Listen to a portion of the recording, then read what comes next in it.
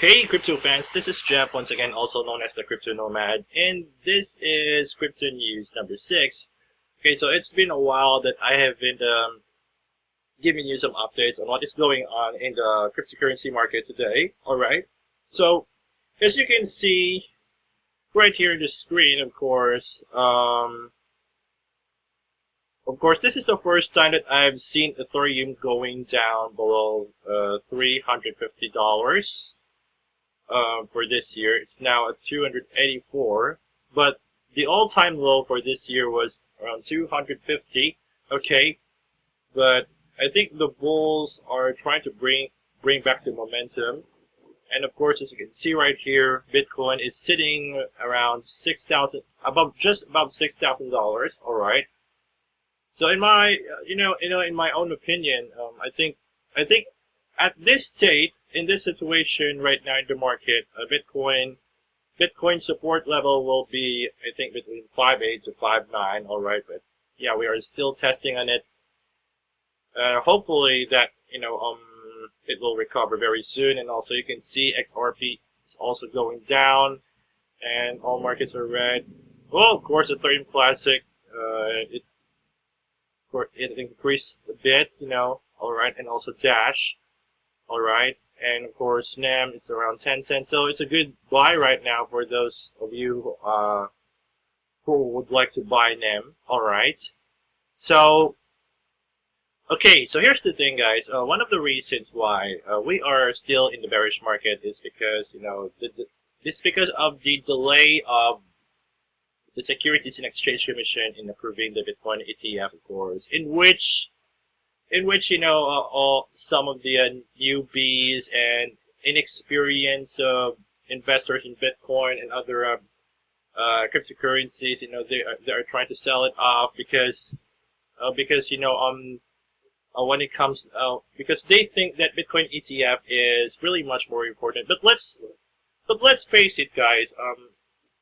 Let's just focus on the technology and what the future lies ahead for Bitcoin. Not being manipulated, our minds being manipulated in these bad news coming from the media.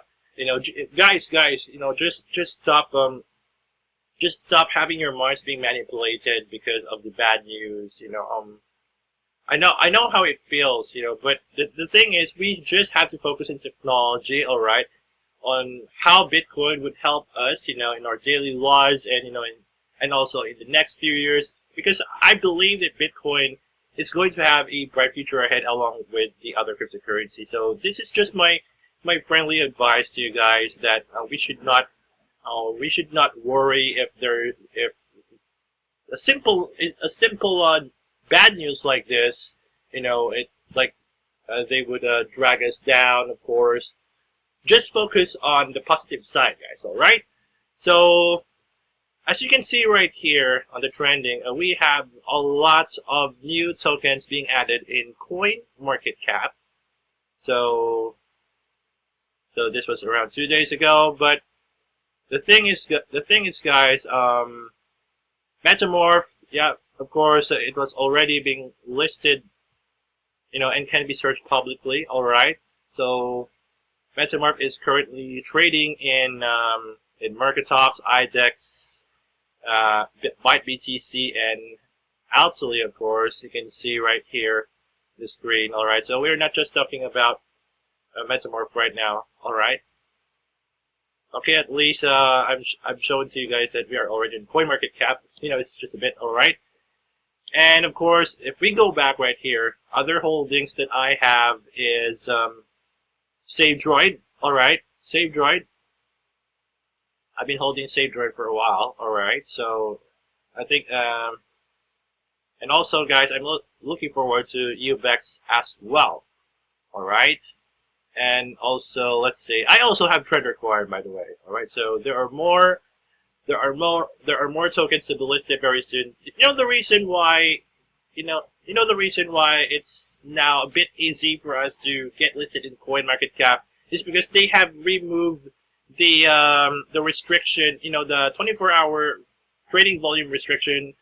Like the last time, if you want to get listed in CoinMarketCap, you should have you should have this minimum trading volume, every day. But they have removed it, so it opens the doors for us, and we have decided to pull the trigger, for Metamorph to get listed. And here we are, guys. So this is one of the most awaited, and we are so happy about it. All right. So anyway, I would like to discuss some factors, some of the latest about Bitcoin. Okay, so as you can see right here on Bloomberg, let's try to scroll up first. You can see here, published by Olga Karif, all right, in the Bloomberg. So Bitcoin bulls regain upper hand as extinction concerns subsides. All right.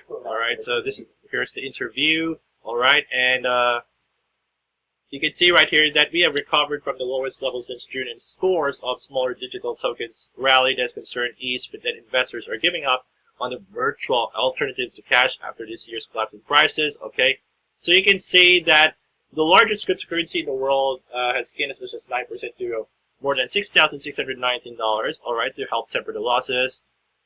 And also Ether climbed as much as 18, Ripple 16, and also around 190 billion US dollars for the total market capitalization. And of course, according to the portfolio manager of the Black Square Capital, Mr. Chris Yu, he said, and I quote, that the crypto market appears to be in its final stretch of its bearish state. So the correction is not unexpected due to the overvalued nature of many blockchain projects and regulatory uncertainty. Yes, the regulatory regulations is still one of the concerns that most of the newbies and inexperienced Bitcoin and cryptocurrency traders are facing right now. But think about this: we should always we should learn more about the positive side of regulation, because it's all about protecting us from getting scammed. I know that there are some initial coin offerings out there and other projects, that they are, because of the lack of regulation, of course, it would allow them to just run away with our investments, and this is, and these are the growing concerns, of course. So we have to see the positive side of cryptocurrency regulation, because, there is some kind of misunderstanding when it comes to this, because, they think that when it comes to cryptocurrency regulation, it's a total ban. Nope, it's not a total ban, guys.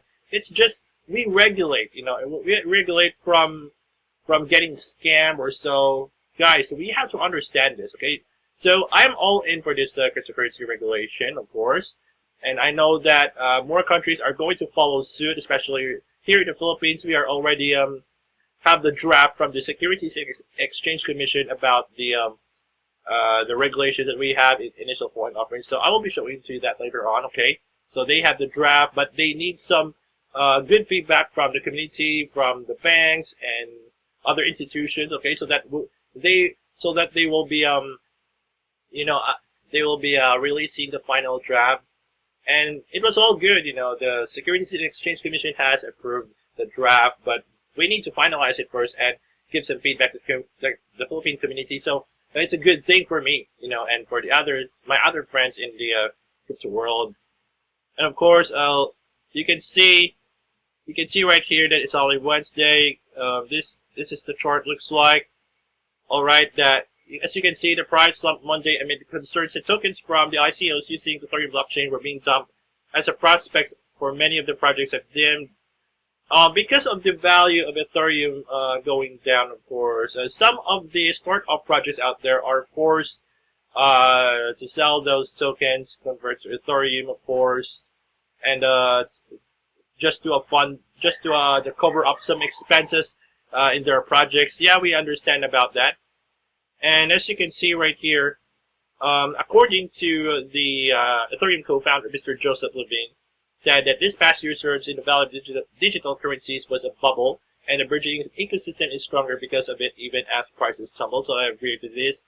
So he added that he has seen 6 big bubbles, alright, each more epic than the previous one. And as you can see, that each bubble is astonishing when they're happening, but when you look back, they look like pimples on a chart. So according to an interview, on Bloomberg television, so he added, with each of these bubbles, we have a tremendous surge of activity, and that's what we're seeing right now. So you can see that the Bitcoin tests key support levels. As you can see right here, this is what he's talking about, guys.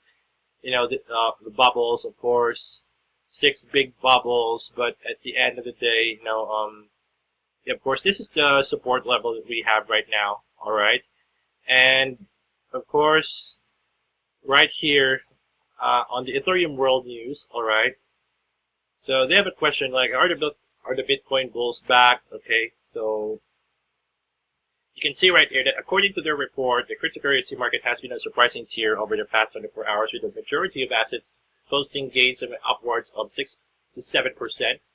Okay, it's all so from, you know, less than $6,000 way back then. It now stands at $6,400. Now we are sitting at 6,300. All right. So some altcoins like the Nano have an outstanding day with bulls pushing the price of cryptocurrency up by 25% or more. So you can see right here. On Wednesday, Bria's Fast Money segment covered this recovery with Brian Kelly. All right. The CNBC's in-house crypto analyst doing his best to reason why the market saw such a strong rebound. All right. So the topic is the worst over for Bitcoin. In my own opinion, for me, I cannot say that because, you know, the market is so unpredictable and has high volatility, and anything could happen, guys. So what we're seeing is that, you know, the SEC has delayed the Bitcoin ETF and until September 30. That is their deadline. All right. So guys, once again, I would like to remind that even if there's a delay of approval, let's just focus on the positive side of technology. Just don't worry about it, okay? Okay, Brian Kelly opened up his section called The Market's Price Action, a worldwide LED the trials and tribulations in the market has faced over the past few weeks. Yeah, it's been a rough ride for all of us, when it comes to this one. Because of the circumstances, of course, it has made them to pull back the price. The bears are trying to take advantage of it, in which newbies and inexperienced investors out there are forcing themselves to pull back, instead of being bullish. So, it's part of the game, guys, that sometimes sometimes there's a positive side in the bearish trend, because there are some bears out there that they want to buy Bitcoin at a cheap price. So that's part of the game. So it's just my own analysis. All right. So you can see right here. Move forward. All right. So Kelly stated that they're still quite correlated with Bitcoin. So over the last 60 days or so, Bitcoin has really been the leader. Of course, I agree to this because they are being influenced with the price of the Bitcoin. So if Bitcoin goes up, most of the altcoins would go up as well. But if Bitcoin goes down, they would follow suit as well, or because they are influenced. And this is one of the issues that we are facing, of course. So one day, guys, I really hope that one day, guys, that these altcoins such as Ethereum, Ripple, and others would be finally independent from Bitcoin price, and they would no longer be influenced, Alright. So this is published by Nick Chong, alright. And of course, another thing that we are that concerns us right now is that the Ether tumbles as concern increases that ICOs are cashing out, alright. So you can see the video, alright. This was published by Camila Russo and Olga Kirif of Bloomberg, alright. So because of Ether going down, the ICOs are trying to cash out some of their supply, just to for funding purposes. So as you can see right here, the ICOs using the Ethereum blockchain as seen as one of the main catalysts for sending Ether's price surging last year. Now they're being blamed for its decline. So they are the cryptocurrency of the distributed ledger network. On Monday, they have tumbled as much as 17%, the biggest drop since March. And of course, it slumped to as low as 285, pushing it below 300 for the first time since November. And of course, it's down about 60% this year compared to Bitcoin's 54% slide.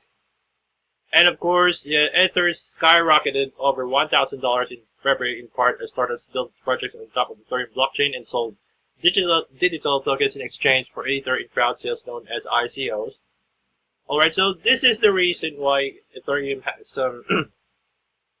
has grown, alright, because of the surge of these projects, but the thing is, because of Ethereum plunging down, it forces them to cash out, So we would understand that because of this unstoppable bear market. Okay, so you can see that the height of Ether's rally last year, where it soared, more than 100 times from below $10. The digital coin grew so much, so 32% of the total cryptocurrency market was comprised. Okay, compared with 39% of the Bitcoin. Okay, so because of the bearish market that we are experiencing due to this bad news in the media about the clarity of this cryptocurrency regulations, that newbies and inexperienced investors out there are worried and force them to cash out. So for me, I think it contributes, and also you can see that the pressure from the initial coins offerings cashing out, it's compounding with generalized bearishness in the cryptocurrency market, with market capitalization dropping into $200 billion from a high of over 800 last January. Okay, so worries that the platform, of course, Ethereum, will be able to withstand enough transaction volumes to support applications for the mass market as the competitors spring up. Yeah, speaking of the competitors, one of their strongest competitors is no other than NEM. All right, so they are, because I have seen that there are some startup projects out there who are choosing NEM over Ethereum, and others are choosing EOS, Neo, and other blockchains out there. And of course, if we are experiencing more pain, of course, maybe the pain won't stop yet. So they're not over, because because if this continues, guys, it will the price of Ethereum would continue to plunge. All right, so as you can see right here, the investors are increasingly disillusioned with tokens and ICOs, most of which had been launched on top of Ethereum. And we're seeing this play out in the market with continued downward price pressure. So according to Spencer Bogart at Blockchain Capital LLC, and this is how it goes, guys, this could be the reason why Ethereum has plunged. Okay, so we may not know, guys, when will it really recover, but hopefully, maybe next month or in the last quarter, hopefully that it will be a big splash for all of us. Instead of taking a nosedive, we hope that we would finally go up and recover back to its original price last year. All right, when they had a huge rally when Bitcoin was almost around $20,000 last year, and Ethereum was, they're almost reaching $1,400 that time. Okay, and finally, this is what I want to cover. Alright, and you can see the Philippines joins other Asian nations creating regulatory frameworks for the initial coin offering. So this is a good thing for the Philippine market, because they are becoming crypto positive. As what I've said earlier, that the Securities and Exchange Commission have, they have approved the draft of the rules of initial coin offerings that will be available for Filipinos, or they will be launched right here in the Philippines. Okay, so you can see right here in the news, several Asian countries have already done this, the needful.